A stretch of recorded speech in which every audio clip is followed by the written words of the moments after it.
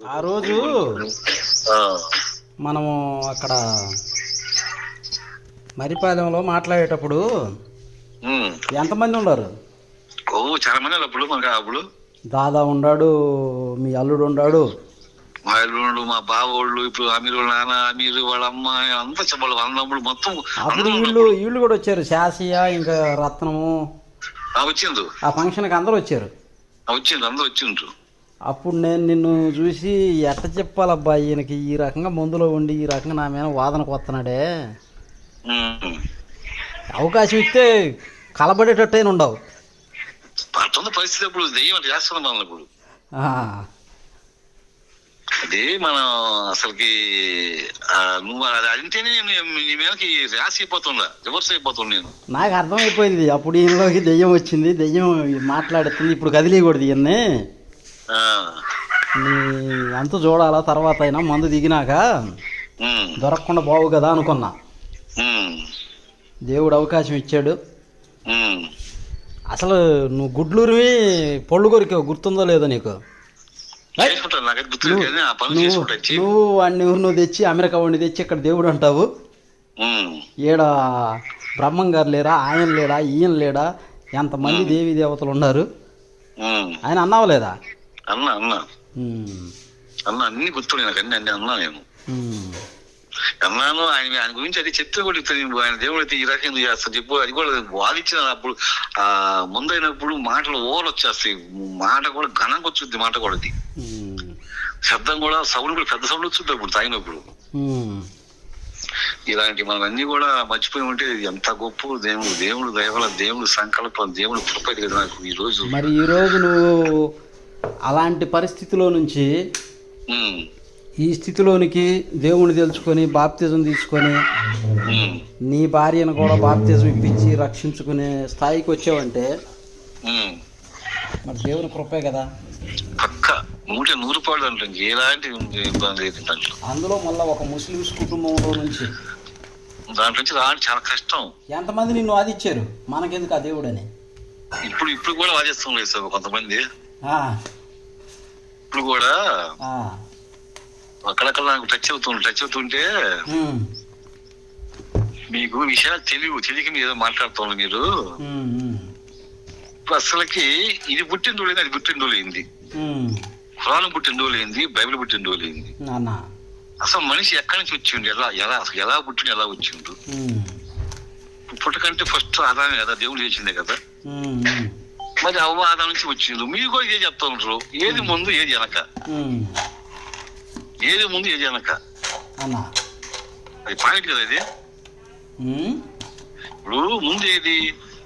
సరే, వాటిలో ముందేదైనా వెనకేదైనా విషయం అనేది ఉండాలి కదా.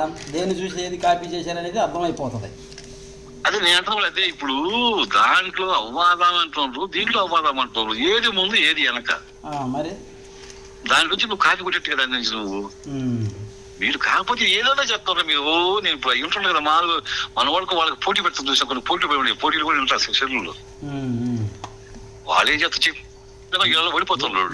ఎన్ని రోజులు తిరిగాను నీ కోసం నేను, ఎంత దూరం తిరిగాను. తిరిగిన మనం ఒకసారి గద్దాలు పోయినావు, రాయచూరు వెళ్ళాం, రాయచూరు పోయినావు, గద్దాలు కూడా పోయినావు ఒకసారి.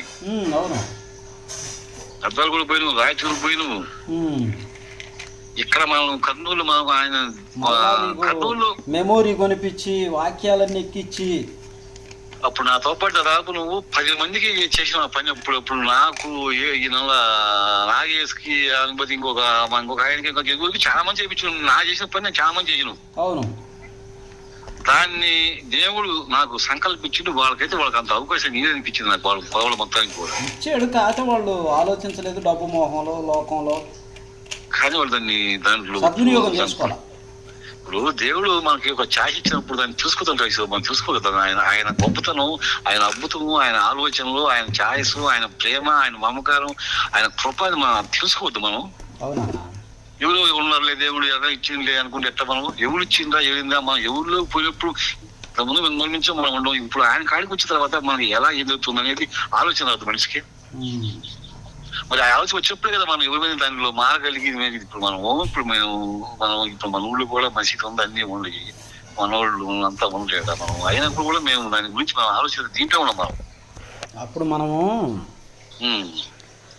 కొండాపురం వెళ్ళాము, కారు వేసుకొని కర్నూలు పోయాము, డోను పోయాము, ఎన్ని ప్రాంతాలు తిరిగాము. ఎక్కడికి వెళ్ళినా ఎంత దూరం వెళ్ళినా 24 గంటలు వాక్యం గురించే మాట్లాడుకున్నాం.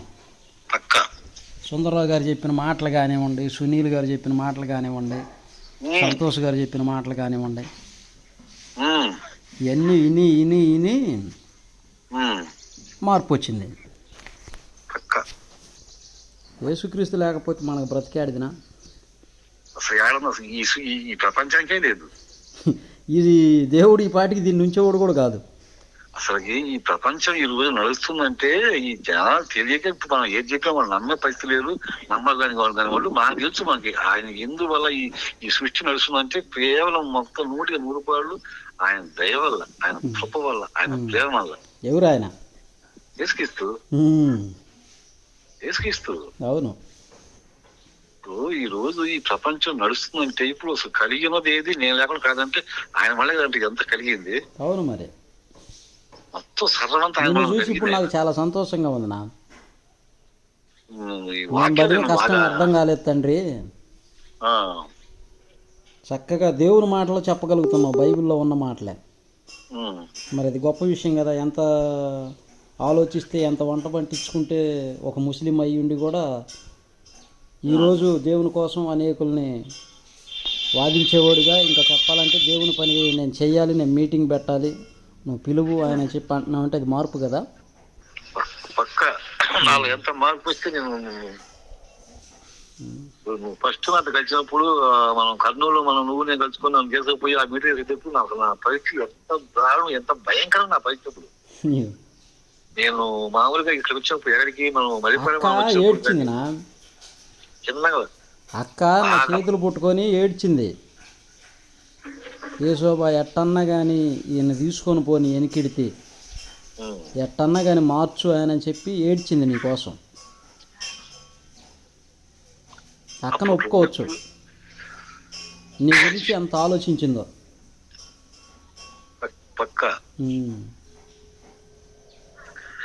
సరే కాసేపు అక్కడ కూడా మాట్లాడు వయసు అయితే. సరే అన్నా, ఫోన్ ఇస్తున్నా కానీ నేను నెట్టుగా కూర్చోను. సేపు కూడా ఉందా అక్క? అక్క ఉంది.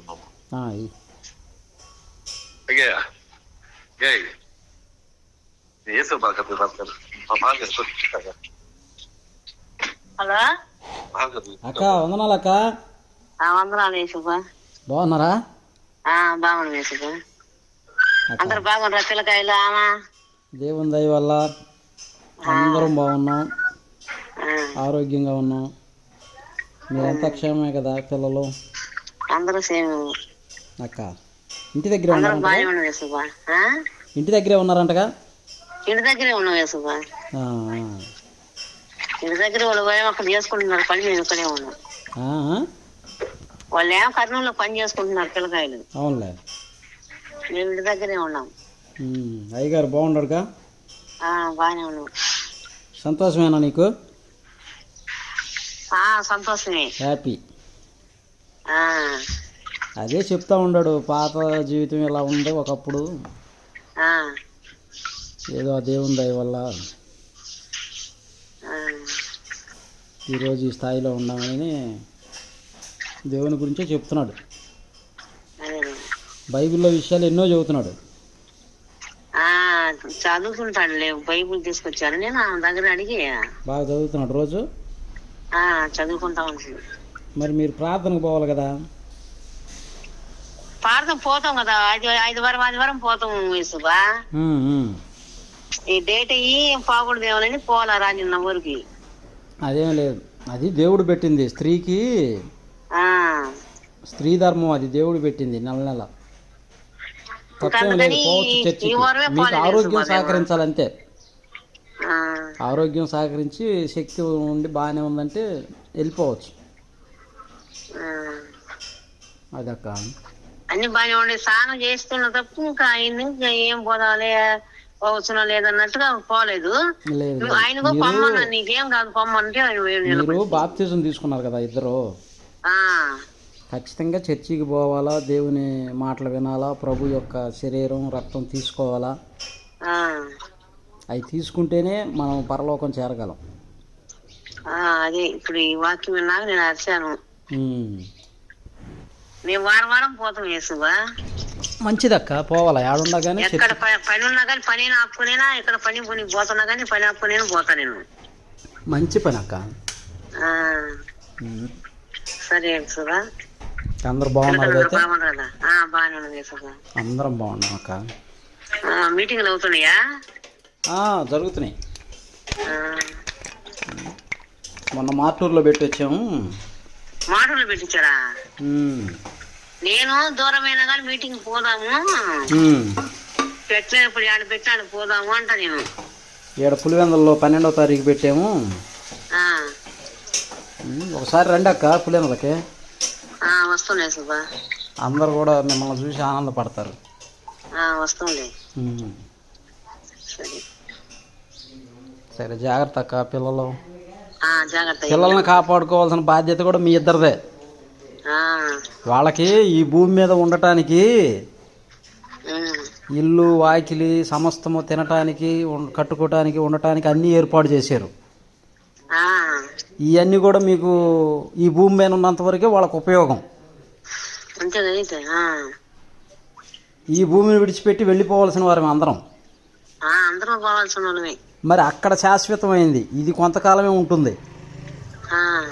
మన పిల్లలకు మనం ఇచ్చే నిజమైన ఆస్తి ఏంటంటే వాక్యం. ఈ డబ్బు, ఈ అధికారము, ఈ బంగారము ఇవన్నీ మన వెంట రావు. భూమి మీద బ్రతకడానికి దేవుడు ఏం కొరవ చేయలేదు కదా. అన్నీ బాగుండే, సమృద్ధిగా ఉండే, ఏం కుదవలేదు.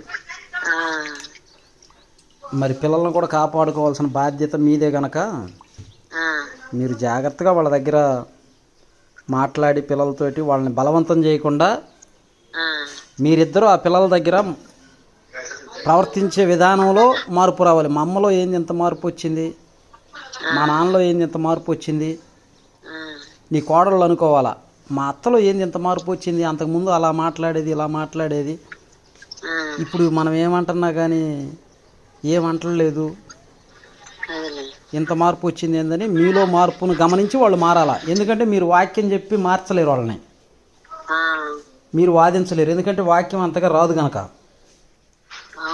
వాదించొద్దు, ప్రేమతోనే సాధించాల. అది అక్క. పిల్లల కోసం ప్రార్థన చేయండి, మేము ప్రార్థన చేస్తాం. వాళ్ళు కూడా రక్షణలోనికి రావాలా, దేవుడిని తెలుసుకోవాలా. మంచిది. సరే మాట్లాడేంతో అయ్యగారు పోతే ఇప్పుడు ఈ పిల్లల విషయంలో వాళ్ళు చెప్పినా కొంచెం వాళ్ళు మరి వాళ్ళ కోసం కూడా ప్రార్థన చేస్తారు. వాళ్ళకి మనం దేవుడికి మీ వాక్యాన్ని మీకు చెప్పి బలపడతారు. అవును, వాళ్ళకి మనోనేత్రాలు వెలిగించాలని చెయ్యాల. చేస్తా ఉంటాం మేము. ఇప్పుడు దాదాపు ఉదయం కానీ సాయంత్రం కానీ మధ్యాహ్నం కూడా 3 పూటలు చేస్తున్నాం ఈ ప్రార్థన. మంచిదన్నా. ప్రార్థన దేవుడు మనకిచ్చిన గొప్ప అవకాశం, దేవునితో మాట్లాడే గొప్ప అవకాశం. నువ్వు బైబిల్ చదువుతున్నావంటే దేవుడు నీతో మాట్లాడుతున్నట్టు. దేవుని మాటలు కదా అయ్యి. నువ్వు ప్రార్థన చేస్తున్నావంటే నువ్వు దేవునితో మాట్లాడుతున్నట్టు. దేవుడు మనతో మాట్లాడటం అంటే మనం బైబిల్ చదవటం, ఆయన మాటలు చదువుతున్నాం కాబట్టి ఏం చెప్తున్నాడు అనేది అర్థమైద్ది. నువ్వు దేవునితో మాట్లాడటం అంటే నువ్వు ప్రార్థన చేయటం, దేవునితో మాట్లాడటం. గొప్ప అవకాశం. ఈ సృష్టిలో ఏటికి లేని భాగ్యం, ధన్యత మనకిచ్చాడు దేవుడు, ఆయనతో మాట్లాడే అవకాశం. ఈరోజు పక్షులకి, జంతువులకి, క్రూర మృగాలకి, పశువులకి వాటికి తెలుసు దేవుడు ఎవరో. తెలుసు, అది మాత్రం పక్క 100% దాని గురించే నిన్న 2 సార్లు వాక్యం చెప్పాను. ఆకాశ పక్షులకు తెలుసు, జంతువులకు తెలుసు, క్రూర మృగాలకు తెలుసు దేవుడు ఎవరో.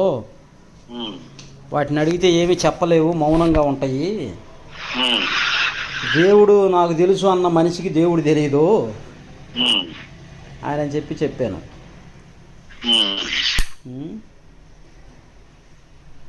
ఇప్పుడు మనకి వాడికి తెలియకపోతే ఇప్పుడు ఒక 20 ఏళ్ళు ఇప్పుడు 10 ఏళ్ళు ఇప్పుడు చెట్లు ఒకసారి నువ్వు అదే దేశంలో పిల్లకాయలు వాళ్ళు మన కోళ్ళు కోసుకొని తింటాంటివి. అది ఏ దేశం? ఆ దేశంలో సునా వస్తే వాళ్ళు కేవలం మనిషే పోయిన కానీ కూలిపోయి కానీ పశువులు కానీ జంతువులు కానీ పక్షులు కానీ ఒక్కరు కూడా చచ్చిపోవాలి. అవును. మరి ఎందువల్ల వాటికి కారణం? దేవుడు చేస్తే వెళ్ళిపోయిన పక్క అయ్యి అంతే కదా, ఆ ప్రాంతం వదిలిపెట్టేసేయి మామూలుగా వాటికి తెలియపోయి ఎట్టపోతే నీకు బయటకు అయ్యి ఈ జూలో ఉండే ఇప్పుడు ఈ పువ్వులు కానీ సింహాలు కానీ ఏనుగులు కానీ ఇలాంటి ఎన్నో ఉంటాయి కదా జూల్లో. అవును. అవన్నీ తెలుసుకొని కూడా బయటకు వెళ్ళిపోయి అంటే వాడి తిరిగి పెట్టకపోతే ఈ మనిషి ఏమో దేవుని వరాలు పుట్టినోడు, దేవుని పుట్టినోడు. బైబిల్లోనే రాసిందన్నా, నేను పిలవగా జంతువులు గాని పక్షులు గాని అన్నీ నా దగ్గరకు వస్తాయి, నా మాట వింటాయి. ఆఖరికి భూమి ఆకాశానికి కూడా చెబుతున్నాడు, అన్నీ వింటున్నాయి దేవుని మాట, ఒక్క మనిషి తప్ప. వినాల్సింది మనిషి, చేయాల్సింది మనిషి, బతకాల్సింది మనిషి. ఎందుకంటే దేవుడు మనకి ఇచ్చేంత ఛాన్స్ ఏగిచ్చింది వాటికి. అంతే కదా, ఆఖరికి దేవదూతలుగా లేని భాగ్యాన్ని కూడా మనకిచ్చాడు. దేవుని పిల్లలుగా కుమారులుగా కుమార్తెలుగా ఉండే భాగ్యాన్ని. మనం ఈ మాట అంటే దేవునికి పిల్లలు ఉండటమేంది, దేవునికి భార్య ఉందా అంటారు. పిల్లల్ని కంటానికి దేవునికి భార్య అవసరమా? ఆయన మనిషికి భార్య అవసరం. ఇతనే వదలంటే ఏ కదా దేవుడికి పిల్లలు అసలు. దేవుడికి ఆయన భార్య ఎందుకు? దేవుడు ఆయన ఊరక మాట చేత నీకు ఈ ప్రకృతి మొత్తము, ఈ భూమి గాలి నీరు ఆకాశము సూర్యుడు చంద్రుడు నక్షత్రాలు ఈ పశువులు జంతువులు ఈ సెలయేరులు మనిషి ఊరక మాట వాగ్దంతో ఆయన కలిగించోడైతే ఆయనకేం ఆయన భార్య ఏంది, ఆయనకి అవ్వాలి దానికి. అదే కదా మన వాళ్ళు వాదిచ్చేది, ఆయనకి భార్య ఎందుకు ఉంది, ఆయనకి పిల్లలు ఉన్నారు, దాసులు మనం ఆయన వాదించేది మన వాళ్ళు. అదే కదా ఈ పనికిమాల వాదనలు ఇన్ని కూడా ఆలోచించి చూస్తే అన్న, పనికిమాల వాదనలు అన్నమాట ఇన్ని కూడా. దేవుడు మనిషిని ఎలాగైనా సృష్టించగలడు. పక్క ఆదాముని నేల మట్టితో చేశాడు. అసలు నేల మట్టి అంటే అది కాదు వేసుకోవా, నేల మట్టితో నీకు ఎన్ని చేయాలి ఇప్పుడు ఆవేయాలి. ఇప్పుడు మొత్తం నీకు నెత్తికి ఎంచుకలు చేయాలా, తల చేయాలా, చెవులు ముక్కులు నీకు లోపల అవేయాలు మొత్తం కీళ్ళు నరాలు ఎముకలు మొత్తం చేసి దాంట్లో జీవవాయువు ఊస్తే కదా ఆయన మనిషి నడిగింది. అంతే కదా. మరి ఎంత పనితనం, ఎంత శక్తివంతుడు, ఎంత నీతివంతుడు, కానీ ఎంత శక్తి ఉంటే ఆయన కాడ అసలు నీకు ఆ రకం చేయగలిగేది మనిషి. ఎంత గొప్ప ఆయన.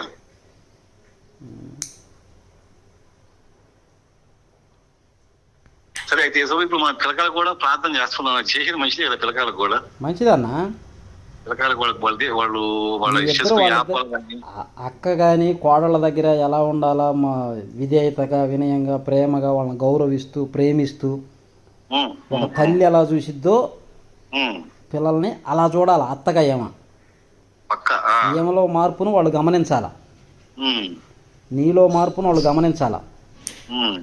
అరే వీళ్ళు ఇలా ఉండేవాళ్ళు, ఇలా మాట్లాడేవాళ్ళు ఇప్పుడు ఎందుకు ఇలా అయిపోయారు, ఇలా మారిపోయారు, మనం ఏదన్నా కోపంతో అన్నా పట్టించుకోవట్లేదు, తలదించుకొని క్షమించిపోతున్నారు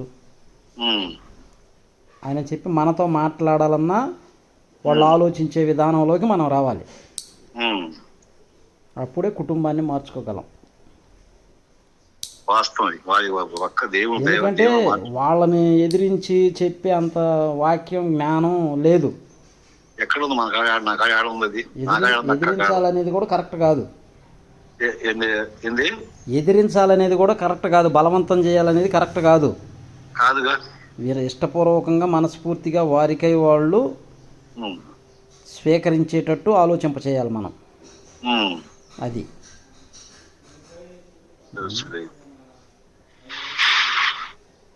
ఇప్పుడు మనకి నేను వింటా ఉంటా కదా, ఇప్పుడు అదే వాక్యాలు, నీ వాక్యం గాని, సుందరరావు గారిది గాని, ప్లస్ పోతే ఇప్పుడు ఆయన జాన్సన్ గారిది గాని, ఉపేంద్ర అని సునీలు ఇలా మంది వింటా కదా, ఎన్నో జ్ఞాపశక్తి అసలు తక్కువ ఇస్తాడు.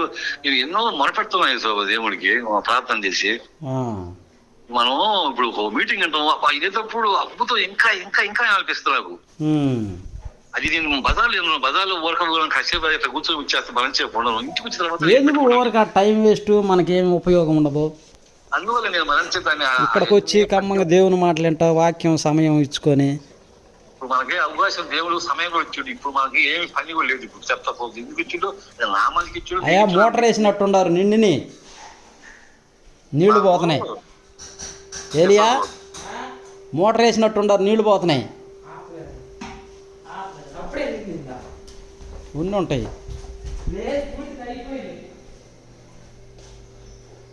నిండి కూడా చాలాసేపు అవుతుంది అన్నా. మనం నేను ఇప్పుడు ఈ వాక్యాలు మొత్తం వింటా ఉంటా. ఇప్పుడు ఇంత ఏటప్పుడు అద్భుతంగా ఉంటది నాకు, మా ప్రేమగా ఉంటది, మా ఆనందంగా ఉంటది, కానీ జ్ఞాపకం ఉండదు. జ్ఞాపశక్తి ఏమో నాకు ఇన్ని మాటలు నేను దేవుని ప్రార్థనలో మొదట నేను నాకు జ్ఞాపశక్తి తండ్రి, కానీ జ్ఞాపశక్తి చాలా తక్కువ ఇస్తున్నాను. దేవుడు ఇస్తాడు. ఇప్పుడు ఏదో కొన్ని బిట్టు ఉంటాయి అన్నమాట, కొన్ని మంచి బిట్టు కొన్ని ఉంటాయి కానీ నా మైండ్ పడతాయి కానీ, ఆ మైండ్ లో ఫిట్ అవుతాయి కానీ కొన్ని మొత్తం కనీసం రూపాయి ఉంటుంటే రూపాయలు ఒక 10 పైసలు కూడా నాకు జ్ఞాపశక్తి ఉండదు. ఏదప్పుడు అద్భుతంగా తింటాను నేను. మళ్ళీ ఆయన మీద దృష్టి పెడతా, పక్కకు మనసు పక్క పెట్టను. మళ్ళీ ఆ ఇంట్లో నాకు అంత అద్భుతం ఉంటుంది కాబట్టి నాకు ఆ మాటలు ఇప్పుడు అయితే 4 గంటల మనకు వస్తుంది. 4 గంటల నుంచి కనీసం 2 మీటింగ్లు వస్తాయి, 2 గంటల సేపు వస్తాయి మనకి. 2 గంటలు వస్తే 2 మీటింగ్లు ఉంటా. Very good. మళ్ళీ 2 రోజులు పోతే మళ్ళీ ఇప్పుడు ఇక్కడ మనకి ఏం పని తెలియదు కాబట్టి ఇప్పుడు నేను అన్నం తిని మళ్ళీ నా నిద్ర సేపు దాదాపు 1 గంట ఒక మీటింగ్ అంట.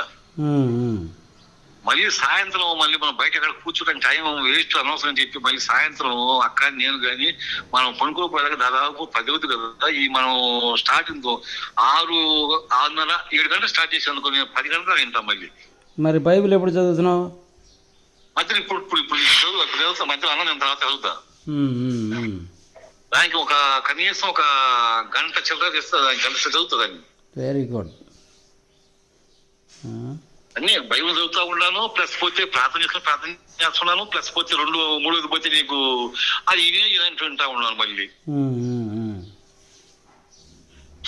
ఫస్ట్ చదువు అది మార్చా దొరకం. కొన్ని అక్షరాలు ఈ ఒత్తులు ఉంటాయి కదా, ఒత్తులు పలకల ఒక్కరో పాలు కొంచెం దొరుకుతున్నాయి అక్షరాలు కూడా. స్కూల్కి పోగానే అన్నీ వచ్చినాయా? అలు ఇలు 1 2 3లో ఎట్లా వస్తాయి? రావుగా. అంతే, కష్టపడాలా, నేర్చుకోవాలా, సాధించాలా. అది సరే మనం ఇదే అనుకున్నాం కదా, మనం సాక్ష్యం దేవుడు ఈ మీటింగ్ అన్ని మనం చేసి తర్వాత మళ్ళీ మనం పులిగందలు వచ్చి అప్పుడు ఈ పుస్తకం ఇవి కొత్త నిబంధన నాకు ఉంది. పాత నిబంధన అంటే మొత్తం ఉంటుంది, కొత్తది పాత అంతా ఉంటుంది, దాంట్లో ఉంటుందా? మొత్తం ఉంటుంది. అంటే దాంట్లో 66 పుస్తకాలు ఉంటాయి దాంట్లోనే. అవునన్నా. ఇప్పుడు ఈ కొత్త నిబంధన 27 పుస్తకాలు. చిన్న పుస్తకం ఉంది. అవును, అది 27 పుస్తకాలు. పాత నిబంధన 39 పుస్తకాలు. ఇప్పుడు అది చదువుతుండే కానీ చెప్పుంటు కదా, ఇది ఎన్నో అధ్యాయము, ఎన్నో వచ్చరము, పలానా ఇది రాసిందని చెప్పి ఉంటాయి కదా దాంట్లో. అవును. ఇప్పుడు మామూలుగా ఇప్పుడు అదే ఇప్పుడు మత్తయి సువార్త అని, ఎనిమిది సువార్త అని, ఆ సువార్త అని ఉంటాయి. మామూలుగా ఈ అధ్యాయము వచనం అనేది దాని మీద ఉండదు. మామూలుగా ఒక నెంబర్ వేసి పెట్టి ఉండదు అక్కడ. అంటే ఒక్కొక్క అధ్యాయంలో 20-30 వచనాలు ఉంటాయి, 40 వచనాలు ఉంటాయి.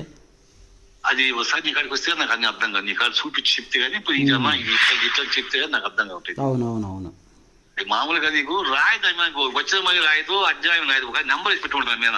అవునవును. ఇన్నో అధ్యాయం అనేది, ఇన్నో వచనం అనేది మీకు మనం చెప్తే నాకు అర్థం కావైంది. ఏం లేదు, ఇప్పుడు నువ్వు బైబిల్ తీసుకున్నా సింపుల్గా అర్థమైపోద్ది. దగ్గరికి వచ్చి చూపించాల్సిన అవసరం కూడా లేదు. అంత ఈజీ.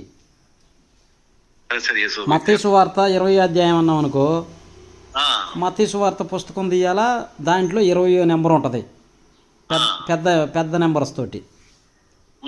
20 అధ్యాయం 10వ వచనం అన్నామంటే 20 అధ్యాయం చూడాలా, దాని నుంచి కింద 10వ వచనం చూడాలి. అలా ఇప్పుడు మీకు మీటింగ్ చేస్తావు చూడు. ఇప్పుడు నీ దగ్గర బైబిల్ ఉందా? ఉంది. అది మత్తయి సువార్తది. లైన్లో ఉంది.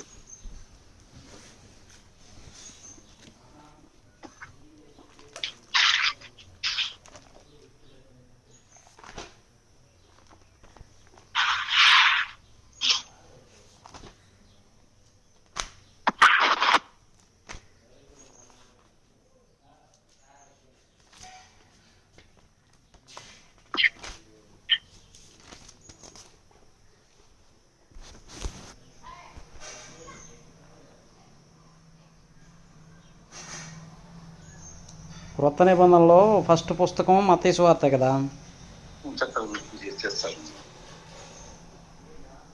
మత్తయి సువార్త ఒకటి ఉంది. మత్తయి సువార్త 1 ఉంది, పక్క ఈ పక్క ఏమో 2 ఉంది, తర్వాత మళ్ళీ 22 ఉంది. ఇప్పుడు మత్తయి సువార్త 22వ అధ్యాయం అన్నాం, 22వ వచనం అన్నాం అనుకో. మత్తయి సువార్త 1వ అధ్యాయం 22వ వచనం. ఆడేముంది చదువు? 22కు పైన 22 ఉంది చూడు, చిన్న అక్షరాలతో. ఆ 22వ వచనం చదువు ఏముందాడా? కుమారుని కను. ఇదిగో కన్యక గర్భవతి అయి కుమారుణ్ణి కనును, ఆయనకు ఇమ్మానుయేలని పేరు పెట్టుదురు. అది ఉందా? ఇప్పుడు 1వ అధ్యాయం 22వ వచనం అనగానే అది చదవాలా.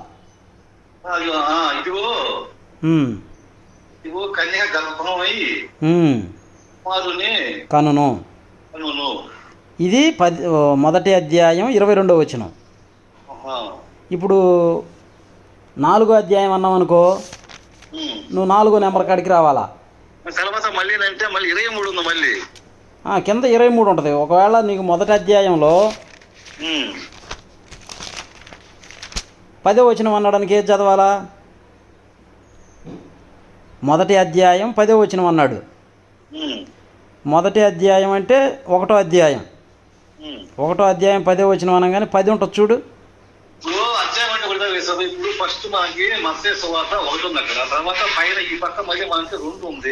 అదే చెప్తాను. ఇప్పుడు 1వ అధ్యాయం అంటే 1వ అధ్యాయం నుంచి 25వ వచనం చూడు, 2 నెంబర్కి పైన 22 కింద 23 ఉంది.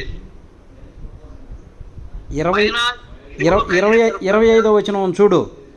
25 ఉంది. అక్కడికి 1వ అధ్యాయం కంప్లీట్ అయినట్టు. ఇక్కడ నుంచి మళ్ళీ 2వ అధ్యాయం చెప్తున్నాడు. 2 ఉంది కదా ఇక్కడ. ఇప్పుడు 2వ అధ్యాయం 4వ వచనం అనగానే నువ్వు 2వ అధ్యాయం తీసి 4వ మత్తయి సువార్త 2వ అధ్యాయం 4వ వచనం అంటాడు. ఆ 4వ వచనంలో ఏముంది చదువు? కింద 2 తర్వాత 2 కింద మళ్ళీ 2వ అధ్యాయం 2వ వచనం అంటే 2వ వచనం చదవాలా. 3వ వచనం అంటే 3వ నెంబర్ కాడ చదవాలా.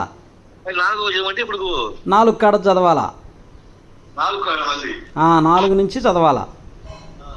మత్తయి సువార్త 2వ అధ్యాయం 4వ వచనం అన్నాడు అనుకో, పైన ఈ 2 చూసుకోవాలా, పెద్ద 2.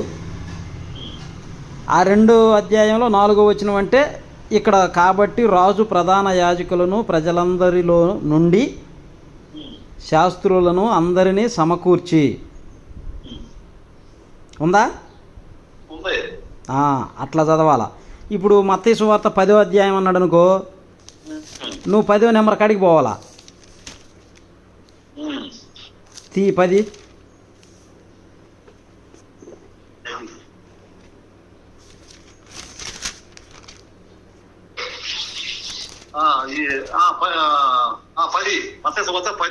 10వ అధ్యాయం 10 ఉందిగా పెద్దదే. 10 ఉంది. పక్కన తర్వాత 27 ఏంది? అది ఇప్పుడు పైన మనకి మత్తయి సువార్త 10 ఉండదా? ఉంటది. మరి కిందకి నువ్వు వచ్చేయాలిగా, మరి 27 వేసింది. 27 కాదు, 10 నెంబర్ పెద్ద నెంబర్ ఉంటుంది చూడు కింద. మళ్ళీ కిందనా? కింద ఇంకొకటి 10వ నెంబర్ ఉంటుంది, పెద్ద నెంబరు. అదే లైన్లో ఉంటుంది చూడు. ఇందాక 2 కనపడింది కదనా బాగా పెద్దగా. నీకు మా మత్తయి సువార్త 10 ఉంది. 10వ అధ్యాయం అనేది పైన ఉంది, కింద అక్షరాలు ఉన్నాయి కదా, ఉన్నాయి. ఇందాక అక్కడ రెండోగా పడింది చూడు, మనకు మధ్యలో పెద్ద రెండు అట్లానే ఇక్కడ 10వ పడింది చూడు, పెద్దది. పెద్దది దీంట్లో అగపడేది దీంట్లో ఉంది. 27 ఉంది, 28 ఉంది, 29 ఉంది, 30 ఉంది, 31, 32, 33, 38 తర్వాత ఉంటుంది చూడనా. లేదు ఇక్కడ దీంట్లో 35, 34, 35, 36, 37, 38 ఉంది. అంతవరకు ఉంది. మళ్ళీ ఉంది. మరి 38 తర్వాత 10 లేదా? ఈ పక్క ఉన్న ఆ 10వ అధ్యాయం అనగానే ఆ 10 నుంచి స్టార్ట్ చేయాలా. నువ్వు పేజీ స్టార్టింగ్లో నుంచి స్టార్ట్ చేయకూడదు. మత్తయి సువార్త 10వ అధ్యాయం అనగానే ఈ 10 కాడ నుంచి స్టార్ట్ చేయాలా. ఆడేముంది 10వ అధ్యాయంలో చదువు. ఆయన తన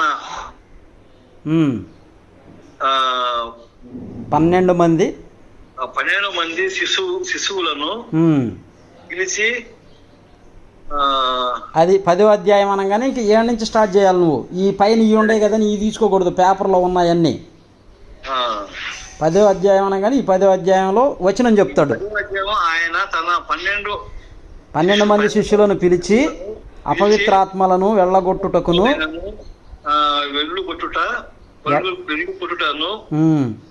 ప్రతి విధమైన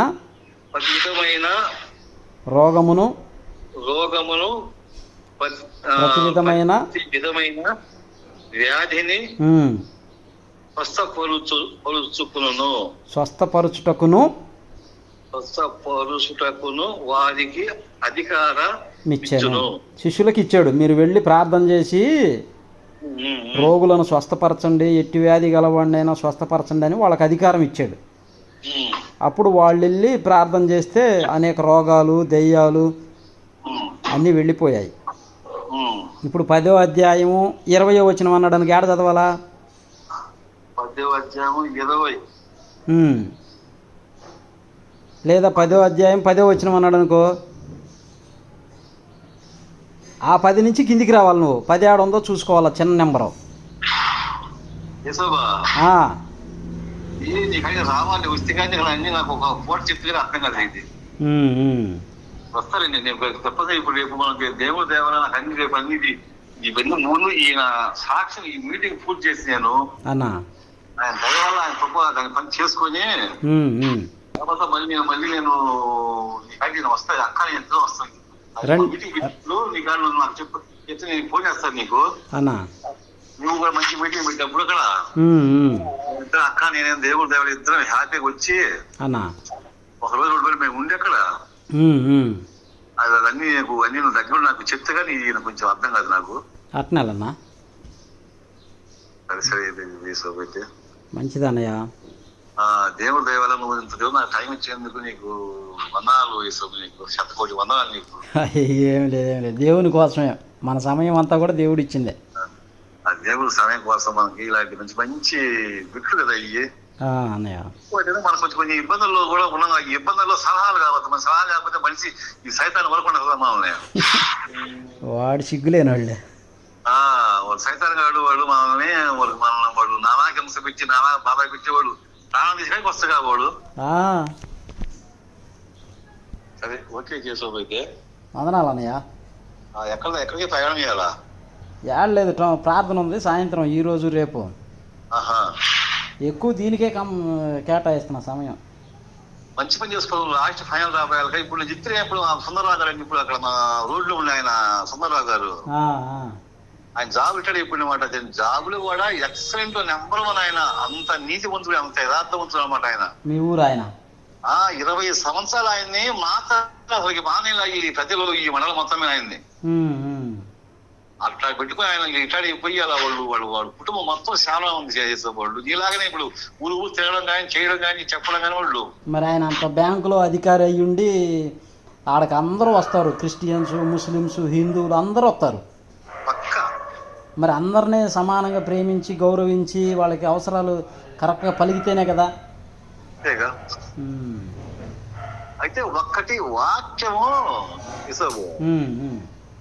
ఇదే మనం అంటున్న ప్రపంచంలో ఈయన వాక్యం ఉన్నంత ఇప్పుడు రుచి ఆ పదం వాటిలో రుచి ఉండదు, దాంట్లో టేస్ట్ ఉండదు. దాంట్లో దేవుంది అన్నది చెప్పే విధానాల్లో ఈయన ఇప్పుడు మన సుందరరావు కానీ నేర్చుకున్నవాడు కానీ సుందరరావు కానీ వాళ్ళ కాడ మీలాంటి ఎంత మంది నేర్చుకున్నాడు కానీ మీరు చెప్తుంటే ఆ విధానాలు అవి వేరు. ఆయన సుందరరావు గారి దగ్గర నేర్చుకున్న వాళ్ళు, కరెక్ట్గా నేర్చుకున్న వాళ్ళు ఎవరైనా బాగా చెప్తారు.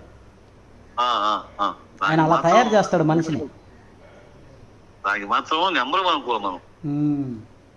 ఈ ప్రపంచంలో అసలు ఇప్పుడు అంత మాత్రం పుట్టబోతాం ఇప్పుడే ఈ కాలంలో. అప్పుడు ఉండేది కానీ పెద్ద ఆ టయాలు వాళ్ళల్లో మంచి మనసున్న వ్యక్తినా సుందరరావు గారు. ఎంతో మంది పిల్లల్ని తయారు చేశాడు.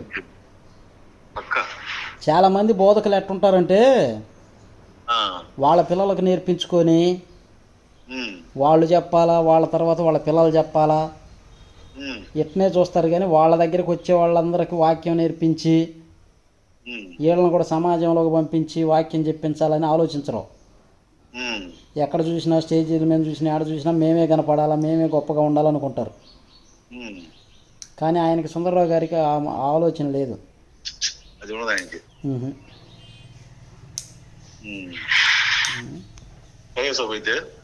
సరే అన్నయ్య అయితే పర్లేదు అన్న, వందనాలు. గాడ్ బ్లెస్ యూ నా.